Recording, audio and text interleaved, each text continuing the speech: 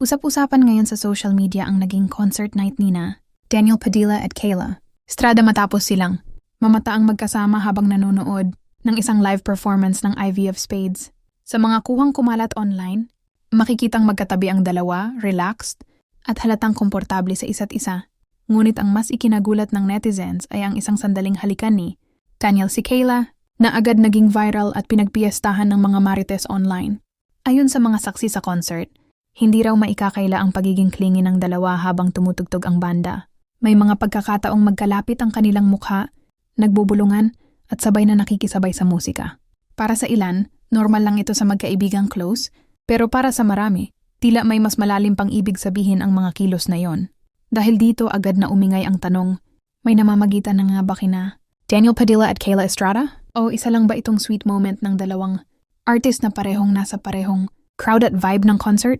Hindi rin nakaligtas sa mata ng netizens ang pagiging natural ng dalawa. Walang arte, walang paandar, at tila hindi iniintindi kung may makakakita man. Sa mundo ng showbiz kung saan bawat galaw ay binabantayan, lalong naging usap-usapan ng gabing yon. Matapos kumalat ang mga larawan at video, bumaha ng reaksyon mula sa netizens. May mga natuwa at nagsabing bagay raw ang dalawa, habang ang iba naman ay nagulat at nagtanong kung kailan pa naging ganun ka-close sina Daniel at Kayla. May ilan ding nagsabing baka concert vibes lang at nadala lang sa saya ng musika. Hindi rin maiwasang ikumpara ng ilang fans ang eksenang ito sa mga nakaraan at kasalukuyang love life ni Daniel. Dahil isa siya sa mga pinakabantay na artista sa bansa, natural lang na bawat kilos niya ay may kaakibat na haka-haka. Gayun din si Kayla, nakilala bilang pribado pagdating sa personal na buhay. May mga netizen ding nagsabing posibleng magkaibigan lang ang dalawa at nagkataon lang na naging sweet ang moment. Ayon sa iba, hindi raw dapat agad bigyan ng mali siya ang isang halik, lalo na kung nasa masayang event at magkakilala naman ang mga taong involved.